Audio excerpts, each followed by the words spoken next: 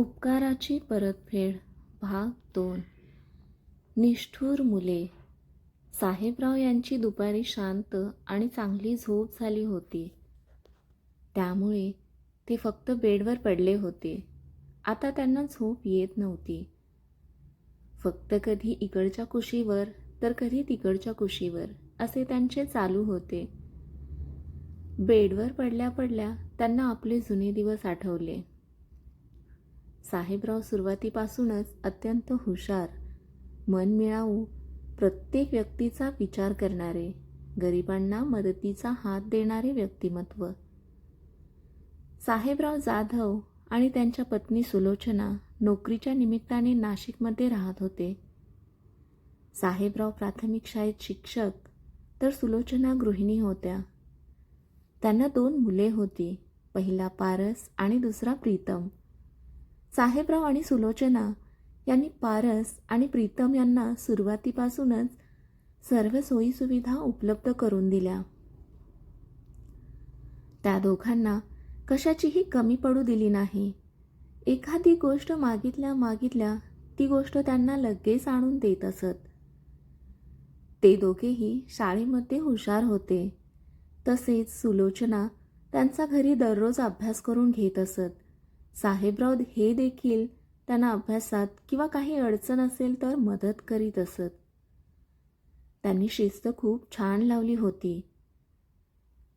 पारस आणि प्रीतमला शिकून मोठे केले. दोघांनीही इंजिनिअरिंगची डिग्री प्राप्त केली. पारस कॉम्प्युटर इंजिनियर झाला आणि प्रीतम मेकॅनिकल इंजिनियर झाला. दोघांनाही चांगली नोकरी मिळाली. काही वर्षांनी चांगल्या ओळखीतील मुली बघून दोघांची लग्न लावून दिली. पारसची पत्नी नम्रता आणि प्रीतमची पत्नी स्नेहा यांनी घरी प्रवेश केला. दोघेही पुण्यामध्ये होते. सुलोचना या साहेबराव यांना म्हणाल्या की आपण आता नाशिकमध्ये राहण्यापेक्षा आपल्या मुलांजवळ राहायला जाऊ. हे साहेबराव यांनाही पटले. इकडे दोघेच राहण्यापेक्षा मुलांकडे जाऊ. सर्वांचा छान परिवार होता. सर्वजण खूप आनंदी होते. त्यांनी पुण्यामध्ये मोठा 3 BHK फ्लॅट भाड्याने घेऊन सर्वजण एकत्र राहत होते. नम्रता आणि स्नेहा फारच महत्त्वाकांक्षी होत्या. दोघींनीही आपापल्या नवऱ्याला सांगून आपले स्वतःचे फ्लॅट्स घेतले. पारसने सिंहगड रोडवर आणि प्रीतमने शिवाजीनगरमध्ये 2 BHK असे फ्लॅट घेतले. त्यासाठी गोड बोलून साहेबराव यांची जमापुंजी खर्च करायला लावली. त्यांचे वडिलोपार्जित संपत्ती विकून ते त्यांनी मुलांना फ्लॅट घेण्यासाठी दिले. सुलोचना म्हणाल्या, हे जे सर्व काही आहे ते सर्व मुलांसाठीच आहे. त्यांनाच द्यायचे आहे. आपणही इकडेच राहणार आहे तर काय हरकत आहे. म्हणून त्यांनी ते सर्व विकून साठवलेले पैसे सगळे काही दोन्ही मुलांना विश्वासाने देऊन टाकले. दोन्ही मुले आपापल्या घरी राहायला गेली. साहेबराव आणि सुलोचना आपल्या मोठ्या मुलाकडे पारसकडे राहत होते. सुलोचना सुनेला नम्रताला घरातील सर्व मदत करीत असत. जेवण, भाजी साफ करून ठेवणे. पारसला 2 मुली होत्या. त्यांची देखभाल करणे, त्यांना शाळेत सोडणे, त्यांना घरी घेऊन येण्याची जबाबदारी साहेबराव यांनी उचलली होती. शिवाय घरातील छोटी मोठी कामे यात त्यांचा दिवस जात होता. साहेबराव आणि सुलोचना दोघेही मुलाकडे खूप छान पद्धतीने जीवन जगत होते. सकाळी वॉकला जायचे, पेपर वाचायचे, TV पाहायचे, TVवर असणाऱ्या मालिकांविषयी बातम्यांच्या संदर्भात बसून गप्पा मारायचे. आजी आजोबा आणि नातवंडाची छोटी छोटी मस्ती, खेळ असायचे. एकंदरीत जीवन खूप चांगल्या पद्धतीने व्यतीत होत होते. सणांना कार्यक्रम असेल तर प्रीतम, स्नेहा त्यांची 2 मुले एकत्र जमायचे.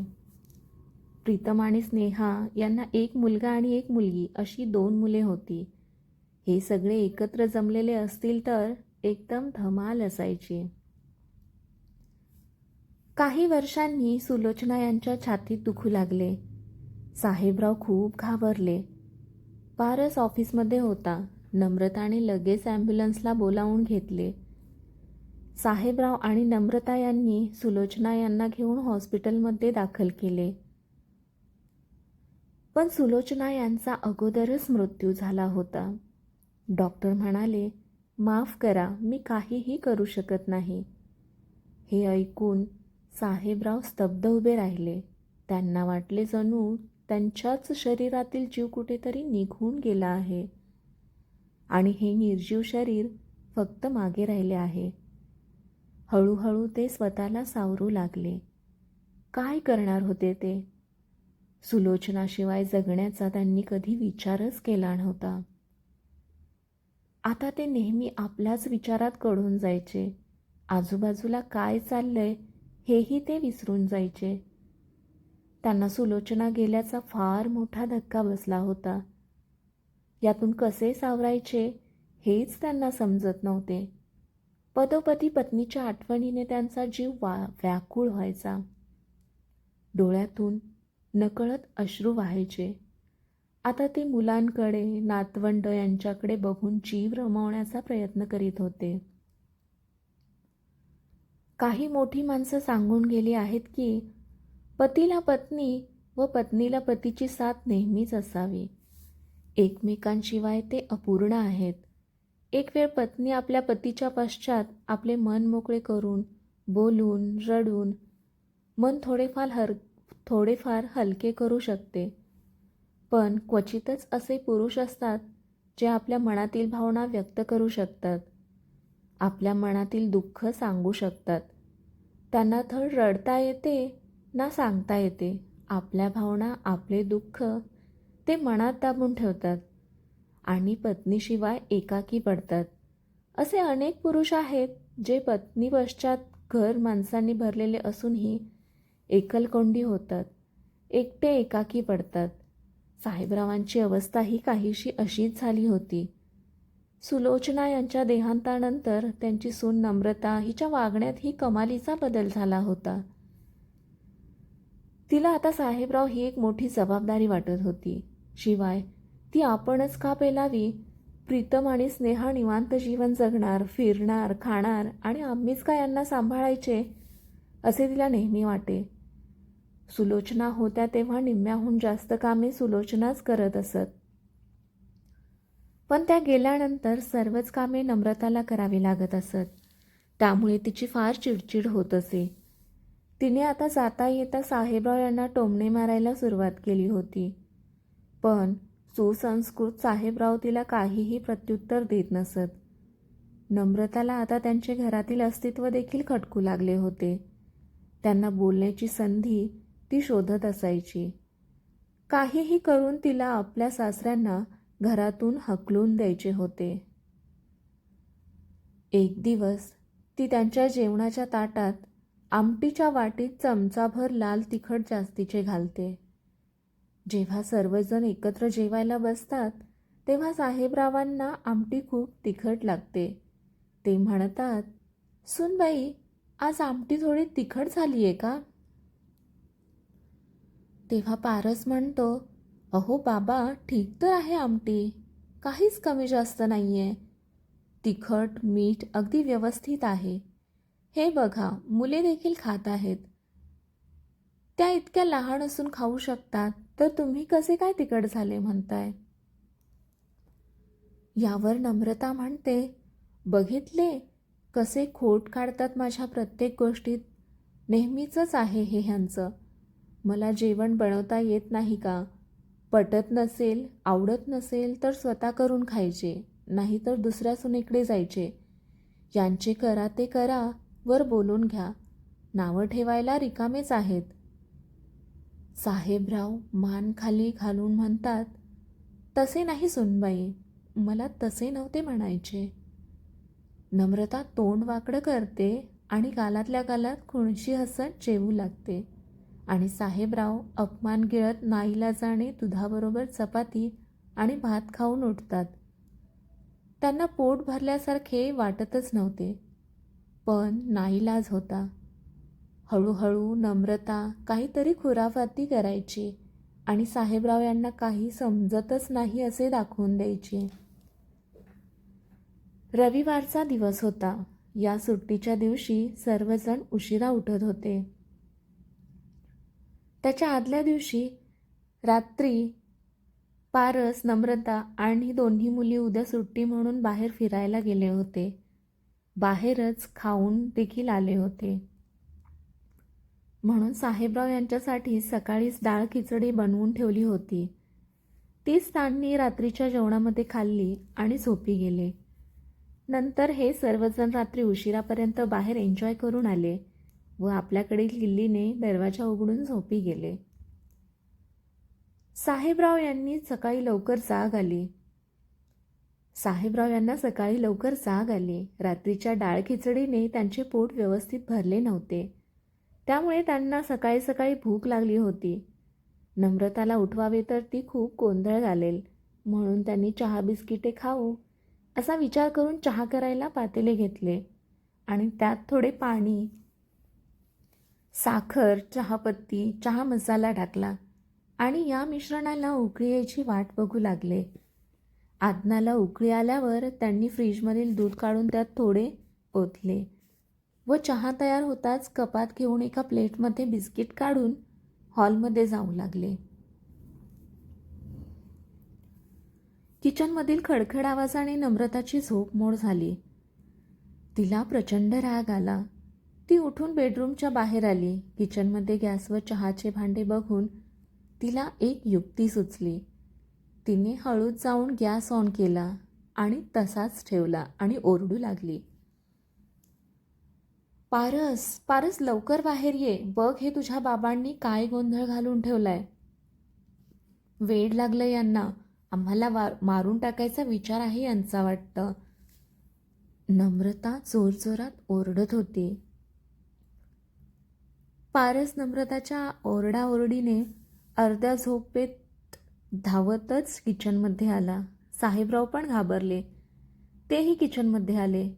नम्रता पटकन ओरडून म्हणाली, हा चहा कोणी बनवला आहे? साहेबराव म्हणाले, मी बनवलाय. मला भूक लागली होती म्हणून मीच बनविला.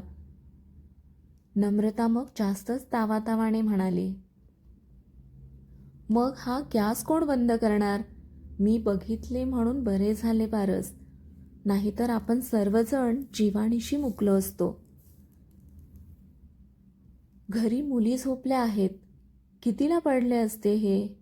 वेड लागले तुझ्या बाबांना. गोष्टी जमत नाही तर कशाला करायला पाहिजे. डोक्याला नुसता त्रास आहे हा माणूस.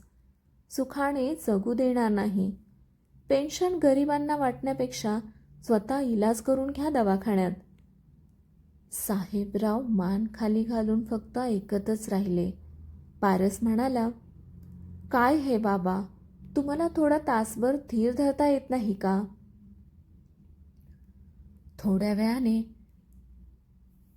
बनतच होता ना नाश्ता. विनाकारण त्रास देता तुम्ही. एक दिवस सुट्टी असते तर तीही खराब करून टाकली आहे सकाळी सकाळी. हे ऐकून नम्रता ठामपणे म्हणाली, ते काही नाही. अशा वेड्या माणसाला मी माझ्या घरात नाही ठेवू शकत. माझ्या मुली लहान आहेत. त्यांच्या जीवाला धोका आहे. एकतर ते घरी राहतील, नाहीतर आम्ही तरी. ठरवा तुम्हीच. साहेबराव शरमेने स्तब्ध झाले. थरथरत्या आवाजात म्हणाले की, मला खूप भूक लागली होती. तुम्हाला डिस्टर्ब करायचे नव्हते म्हणून मी स्वतः चहा बनविला. पण मी गॅसचे बटन व्यवस्थित बंद करून घेतले होते. मला नीट आठवत आहे ते मी बंद केले होते. नम्रता म्हणाली, मग काय मी स्वतः चालू करून तुमच्यावर आरोप करते आहे असे म्हणायचे आहे का तुम्हाला? हे बरे आहे चोराच्या उलट्या बोंबा. ते काही नाही. मला राहायचेच नाही आहे या घरात. असे म्हणून ती आपली व मुलांची बॅग भरायला निघून गेली. पारसने तिला थांबविले व साहेबराव यांना म्हणाला, बाबा, तुम्हाला नीट राहताच येत नाही का? प्रत्येक वेळी काही ना काही भयंकर चुका करत राहता. तुम्ही ना आपला इलाज करून घ्या डॉक्टरकडून, नाहीतर एक काम करा, प्रीतमकडे जा. असे म्हणून तो प्रीतमला फोन करतो आणि सांगतो की बाबांना तुझ्याकडे घेऊन येतोय. इकडे बाबा खूप वेड्यासारखे वागतात, काहीही करतात, कसेही बोलतात. त्यांना तुझ्याकडे ठेवून घे. पारसचा एक एक शब्द साहेबराव त्यांच्या हृदयावर घाव घालत होता. त्यांची परिस्थिती मेल्याहून मेल्यासारखी झाली होती. ज्या मुलाला तळहाताच्या फोडाप्रमाणे जपलेले, तोच आज आपल्या बापाला घराबाहेर काढायला चाललाय, हे साहेबराव यांच्या संवेदनशील मनाला त्रासदायक ठरत होते. दुसऱ्या दिवशी पारस साहेबरावांना आपली बॅग भरायला सांगतो आणि त्यांना घेऊन प्रीतमच्या घरी जातो आणि बाबांनी काय काय केले हे सविस्तरपणे प्रीतमला सांगतो आणि ते कसे डोक्यावर परिणाम झाल्यासारखे वागतात हे रंगवून रंगवून सांगितले. साहेबराव तेव्हा नातवांसोबत खाली गार्डनमध्ये गेलेले होते. मुलांना तहान लागली होती म्हणून घरी वरती पाणी घ्यायला आले होते, पण दरवाजात आले तेव्हा नकळत त्यांच्या कानी आपल्या मुलांचे आपल्या बाबतीत चेष्टायुक्त बोलणे ऐकून त्यांचे काळीज वेदनांनी चिरून गेले. ते तसेच 10 मिनिटे बाहेर थांबले आणि आपल्याला काही माहितीच नाही, काही ऐकले नाही अशा आविर्भावात बेल वाजवली आणि ते शांतपणे आत आले. त्यांना पाहून स्नेहाने आपले तोंड पडले. ते येणार म्हणून तिने प्रीतमसोबत भांडण काढले होते. त्यांना मी नाही सांभाळणार, त्यामुळे त्यांना इकडे यायला लावू नका, असे तिचे ठाम मत होते. साहेबराव येऊन सोफ्यावर बसले. फॉर्मॅलिटी म्हणून त्यांना पाणी दिले व कसे आहात म्हणून विचारले.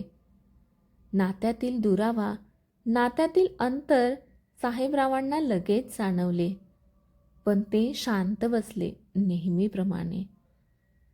ते विचार करत राहिले, आपण आयुष्यभर किती ताठमानेने जगलो. नाशिकमध्ये असताना सर्वांना मदत केली, लोक किती मान द्यायचे, आदराने वागवायचे, आदराने बोलायचे, आणि आज ज्या मुलांच्या नावे सगळी मिळकत केली, तीच पोटची मुलं आपण त्यांना जड झालोय हे क्षणोक्षणी जाणीव करून देत आहेत. साहेबराव नाशिकलाही परत जाऊ शकत नव्हते आणि गावीही, कारण तिकडची सर्व इस्टेट मुलांसाठी त्यांच्या स्वप्नातल्या घरासाठी विकून टाकली होती आणि त्याचाच आज साहेबरावांना पश्चाताप होत होता. एका क्षणी त्यांना असेही वाटायचे की असे अपमानास्पद जीवन जगण्यापेक्षा जावे आणि कोणत्या तरी वृद्धाश्रमात राहावे किंवा आपल्या येणाऱ्या पेन्शनमध्ये एक छोटी खोली भाड्याने घेऊन राहावे. पण आपल्या माणसांमधून त्यांचा पाय बाहेर पडत नव्हता. प्रीतमच्या घरी पारसच्या घराहून काही वेगळी परिस्थिती नव्हती. स्नेहाला आजपर्यंत नवरा बायको मुले इतकाच संसार. कधीही उठा, जेवण बनवले तर बनवले, नाही तर बाहेर जाऊन खाणे किंवा बाहेरून जेवण मागविणे असा तिचा दररोजचा दिनक्रम असे. पण साहेबराव आल्यापासून तिच्यावर नकळतपणे बंधने आली. दररोज उठून सकाळी नाश्ता बनवावा लागे, सकाळी रात्री व्यवस्थित जेवण बनवावे लागे. ती थकून वैतागून गेली होती. तिला सतत साहेबराव यांना घरातून बाहेर कसे काढावे हेच विचार यायचे. शेवटी तिला पारसने सांगितलेला तिखट आमटीचा किस्सा आठविला. तिने ठरविले, आपल्याला पण असे काहीतरी केले पाहिजे, त्याशिवाय या माणसापासून सुटका होणार नाही. यावरून स्नेहाला एक आयडिया सुचते. ती वास्तवात आणण्याची ठरविते. दररोज 5 ते 6च्या दरम्यान साहेबराव दुधाचा ग्लास प्यायचे. स्नेहा बाबा बाहेर गेल्याचे पाहून सोमवारच्या संध्याकाळी ग्लासमध्ये दूध घेऊन तो वरून काही अंतरावरून खाली फेकून फोडून टाकते आणि बेडरूममध्ये जाऊन झोपते. प्रीतम आल्यावर पाहतो तर ती कांगावा करते की बघ प्रीतम, बाबांचे काम वरून न सांगताच बाहेर निघून गेलेत. का असे वागतात काय माहीत. त्या दिवशी तो साहेबरावांना काही बोलला नाही. पण एक दिवस नेहा त्या दुधाच्या ग्लासमध्ये चमचाभर मीठ घालून त्यांना प्यायला देते. ते दूध पिताना साहेबराव यांना त्याची चव वेगळीच लागते. तर ते स्नेहाला सांगतात. स्नेहा रागाने म्हणते, तुमच्या जिभेचे चोचले आहेत सगळे. जे चांगल्या गोष्टी तुम्हाला आवडत नाहीत. नको होते तर तसे अगोदरच सांगायचे ना. आता हे तुमचे घाणेरडे उष्टावलेले दूध कोण पिणार. तिने रागाने त्यांच्या हातातील ग्लास हिसकावून घेतला आणि सरळ बेसिनमध्ये ओतून दिला आणि मोठ्याने बडबड करत तिथून निघून गेली. साहेबराव नेहमीप्रमाणेच तुटलेल्या हृदयाने शांतपणे बाहेर गार्डनमध्ये निघून गेले. गार्डनमधील बाकावर बसून आकाशाकडे एकटक पाहत आपली स्वर्गवासी पत्नी सुलोचनासोबत बोलू लागले. आज त्यांना सुलोचना यांची प्रखरतेने तीव्रतेने आठवण येत होती आणि त्यांचे हृदय अश्रूंनी भरून येत होते. ते सुलोचनाजवळ विनंती करत होते की, सुलोचना, तू जिथे कुठे असशील तिथून मला पाहत असशील. का मला असं एकट्याला सोडून गेलीस. तू पाहतेस ना कसे वागतात माझ्याशी सर्वजण. मला हे घेऊन चल तुझ्याकडे. मी जड झालो आहे तुझ्या मुलांना आणि सुनांना. साहेबरावांच्या डोळ्याच्या कडा ओलसर झाल्या होत्या. त्या कुणालाही दिसू नयेत म्हणून साहेबराव हलकेच डोळे पुसतात, चष्मा घालतात आणि डोळे घट्ट मिटून जवळजवळ तासभर एकाच ठिकाणी बसतात. त्यांना घरी जावेसे वाटत नव्हते. त्यापेक्षा देव मला मृत्यू का देत नाही असा विचार करत असेत. खूप वेळाने थकून ते घरी जातात. प्रीतम घरी आलेला असतो. स्नेहा त्याला घडलेला सर्व प्रकार सांगतेच, शिवाय वरून 2 एक्स्ट्राच्या गोष्टी ऐकवते. प्रीतम साहेबरावांना चोरडू लागतो आणि म्हणतो, हे रोजचेच झाले आता बाबा. तुमचे का असे वागत आहात तुम्ही. माझ्या मुलांसमोर ओरडू शकत नाही. माफ करा बाबा, पण मी यापेक्षा जास्त तुम्हाला सांभाळू शकत नाही. तुम्ही प्लीज पारसदादाकडे जा. स्नेहा त्यांची बॅग भरून ठेवते. झाले.